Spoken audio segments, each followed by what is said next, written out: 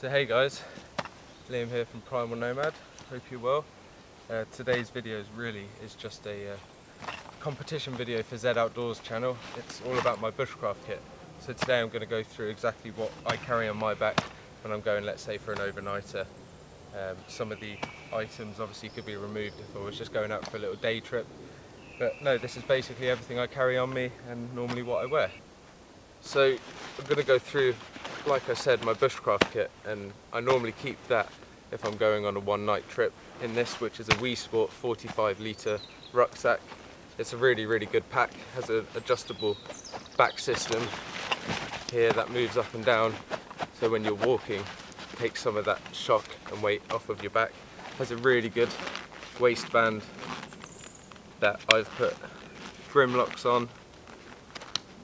That just allows me to hook different bits of kit onto it if I do need to. It's got molly webbing all over it, which is exceptionally useful. It allows me to put pouches on, such as this, which is a bottle bag. It allows you to put side pockets on or take them off, and they add an extra about 12.5 litres, I believe. So with the two side pockets on, it actually brings it up to a 75 litre pack. It's really good. It's got a rain cover in the bottom here that comes with it. That is also a nice green waterproof material, and that does cover the whole pack, and quite often at night time I'll wrap that around the pack and lay that on the ground just to stop any ingress of damp. On the bag, like I said, I've got this, which is kind of my water and I guess part of my cook kit. So inside I have a clean canteen which holds about 1.2 litres of water. Yeah, 1.182 millilitres. And also I have a Toke 750ml titanium cup with a bail handle.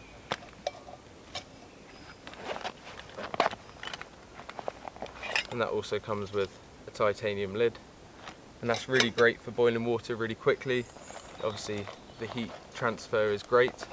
I do carry around a fair few plastic sporks, and that's got a spoon on one end and a fork on the other end.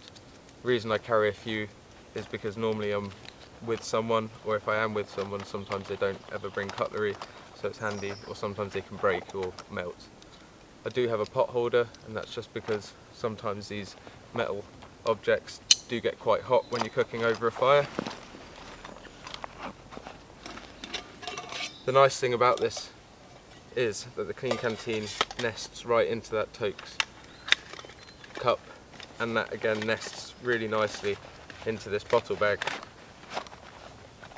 This bottle bag is again covered in molly webbing, and this is a generic one that I bought online, I think off eBay, but there are other companies like Miltech and Condor, etc. that do them. On the other side I do have one side pocket attached just to demonstrate it, and inside here I'd normally keep things like my head torch, my knife when I'm travelling around, a dry sack from the Hidden Woodsman, which has normally got my food materials in here. So in here at the moment I've got salt, peppers and different seasonings. I also have things like hot chocolates and a little tiny jar of honey. Down in the bottom here I carry my Bango Gas Stove. It's a very small portable piece of kit,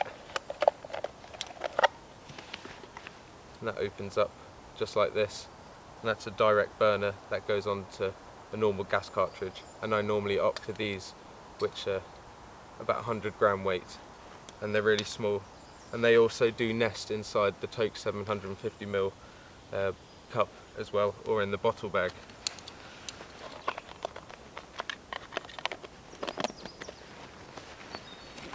Going on to the front of the bag, I normally have two carabiners, just always handy to have if I need to suspend anything, and my Tinder Bag, which is a dry sack that's normally got some birch bark,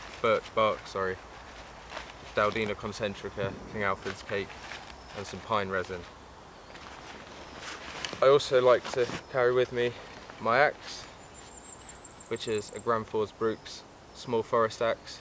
It's a wonderful piece of kit, and it obviously comes with a nice leather sheath. You've seen me use this quite a number of times, and I like to try and keep this fairly sharp.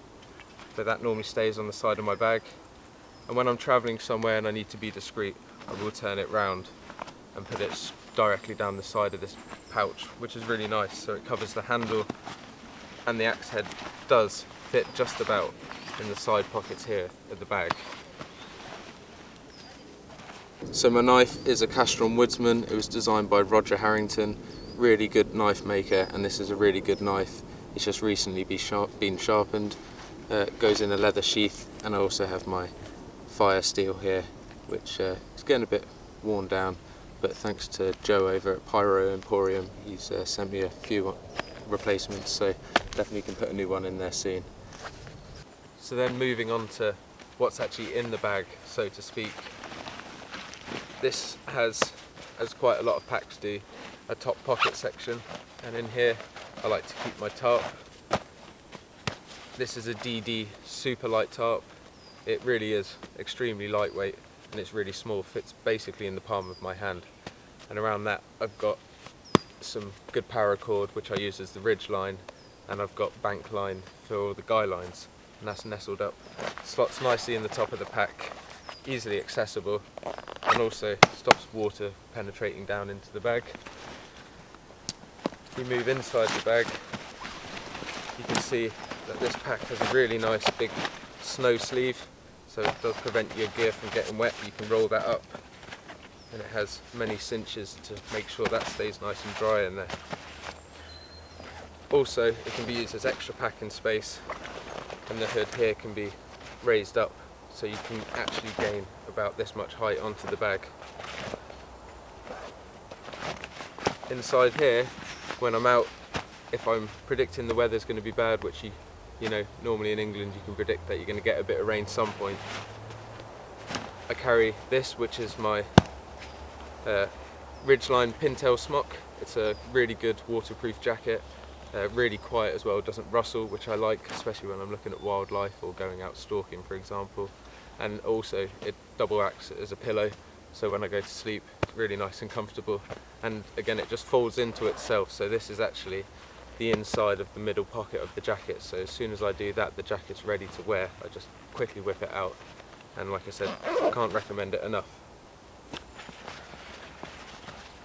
I then carry this, which is my bits box, and this is just a little container, zipped container, that carries all my little essentials. So I've got bug bite creams, insect repellents, antibacterial, I have a compass, I have a small little garden trowel which folds up.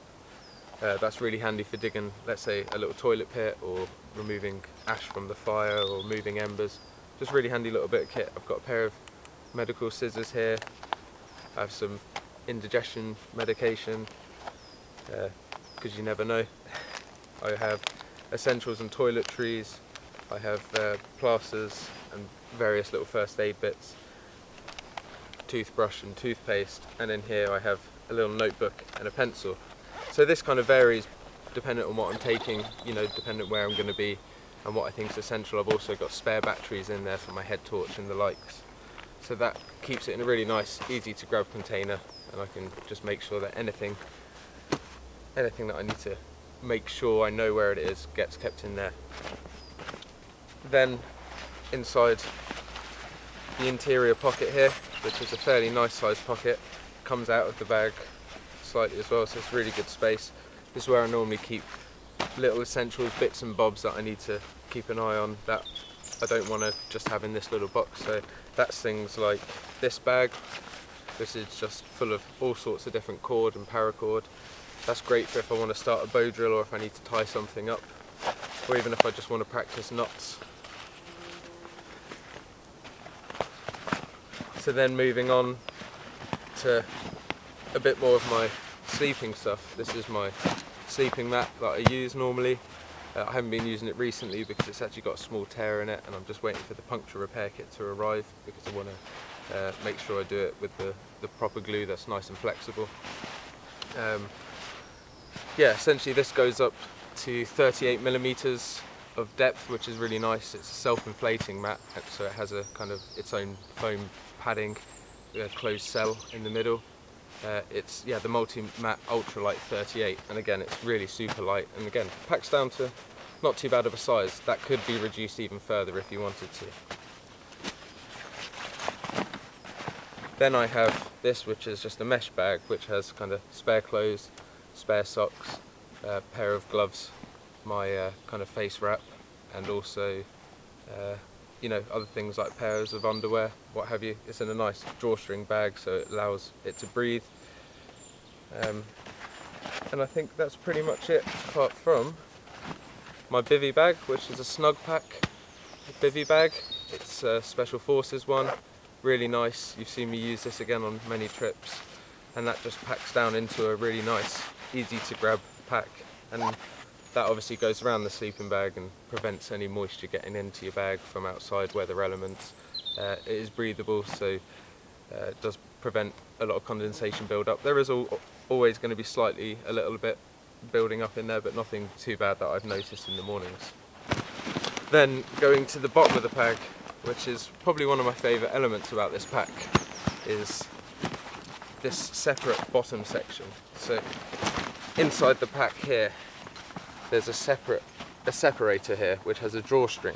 So if I want, I can open this up and I can get into the bottom section and pull out my sleeping bag, which is in a dry bag, nicely compact. And that's a DD Dura 2 sleeping bag, so it has the centre zip. I like it for that reason. It's really easy to get in and out of. But you know, I'm going to be looking at getting something that's a little bit more lightweight for summer months. This is really good bag though. So not only can you take things from the bottom of the bag out through the centre compartment and open that up so you have one big chamber which is accessible then all the way through,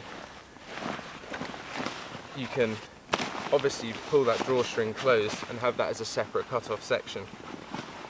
I like that because it allows you to get things in and out easily.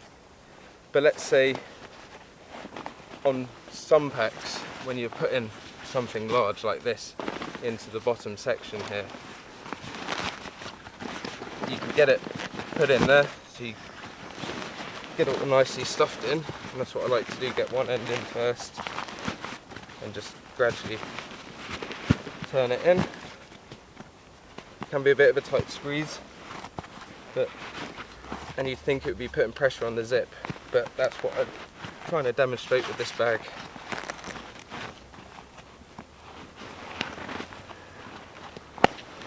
So once that's nicely in, the zips are just incredibly easy to do up because there's an elastic band around the kind of cover here that takes any of the stress from your larger objects in the bottom so that your zips can just move freely. It's really clever design, so that elastic actually takes up that stretch in the fabric, and I like that a hell of a lot. And of course you can get in from the bottom and readjust things ever so slightly.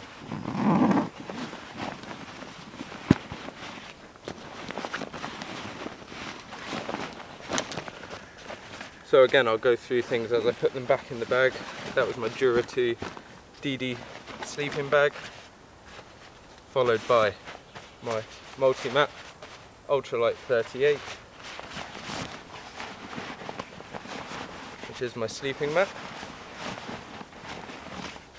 I have a snug pack bivvy bag in olive green, which keeps everything nicely wrapped up. It's getting extremely warm out here actually. It's sun is kind of just hiding behind the trees, but really close and humid. I think we're due a storm. Got my net bag here with some clothes, and that will obviously vary. I'd put in different shirts and, you know, might have to put another bag in, but generally speaking for overnight that's perfect. I then have my Ridgeline Pintail Smock, which is my waterproof shell layer, and then I have my bits box, which is all my little essentials in it. I have a bag which has different bits of cord in, which goes in the inside pocket,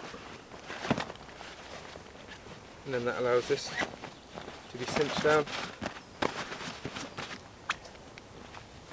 and these straps to be done up.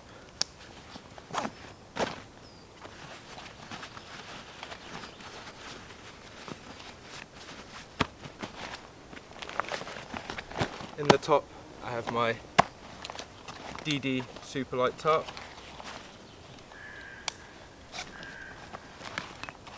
and on the front here I have a Tinder Bag which I fill up on occasion with birch bark and different materials that I find around. It's feeling a little bit sorry for itself, so I might have to get some on the way back.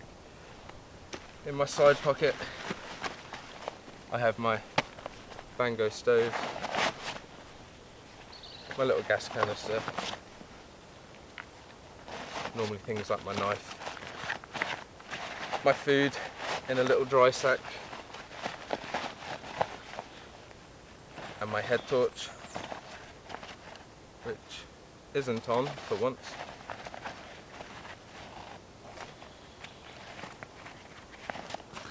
That normally just goes in my side packet here.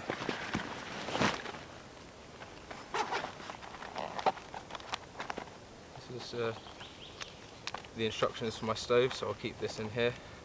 Must have come out of the box. And obviously I have my cook kit in here, which has got a Toke 750mm pot with a bail handle, a few sporks, a little Trangia handle, and my clean canteen, 1.2 litres essentially, and that's all in a Wisport 45 litre bag with the side pocket. Now, just for ease of going out, I'm going to just feed my axe down through here, and it goes straight into a little side pocket at the bottom. I'm in an area where I don't have to worry too much, but if I was going through again somewhere where I wanted to hide the axe, I could turn that around and the head of the axe can go nicely into this bottom pocket, and it would pretty much be invisible to the, to the public eye. But again, that's been my bushcraft kit. And I guess the last little bits of my bushcraft kit are what I'm wearing. I've got my lower Uplander GTX boots here. I've had these for 2 years and I can't recommend them enough. They're lovely, really nice, good ankle support. I've got some Merino wool socks on here, which just wick away moisture. And they're available in Costco's. I found a really good one. They're basically fully merino wool, but they do have a slight bit of a polyester blend in them, which isn't a problem. I've got these, which are my Percussion Decathlon trousers. They're waterproof, but in weather like this they're getting quite warm, so if any of you guys do have any recommendations to some good bushcraft trousers that are great in hot weather, I'd really appreciate them. In my trousers I normally actually keep a little knife sharpener in this side pocket, and this is the Spyderco double stuff. It's ceramic on one side and a really fine grit on the other side. That just allows me to hone my blade when I need it. Comes in a little leather pouch which can be used as a strop. Normally always like to wear a belt, and then today I am actually wearing my Icebreaker Oasis long sleeve crew. It's merino wool, regulates temperature really well, but again, if any of you guys have a recommendation for something that is good in hot weather, let me know. So that's been a quick go through of my bushcraft kit and what I'm wearing normally when I do practice bushcraft, and that's all for Zed Outdoors channel and for his competition that he's putting on. Definitely go over and have a little look. He's putting out some great quality content. Some of the things that I've learned from him are absolutely amazing, hopefully putting into practice this year. Zed's spoken about me in some of his previous videos and really obviously appreciate that a lot. So it mean a great deal to me if any of you haven't checked him out to go over and have a little look and just say that I sent you. That'd be really good. But good luck to everyone else. There's been some really good submissions. It's been good seeing some of other people's bushcraft kits and taking some good tips and advice from that. I've seen some really good additions that I'll, if I do include them, I'll definitely relate back to the video who inspired me. But other than that, thanks for watching and good luck to everyone else. Take care.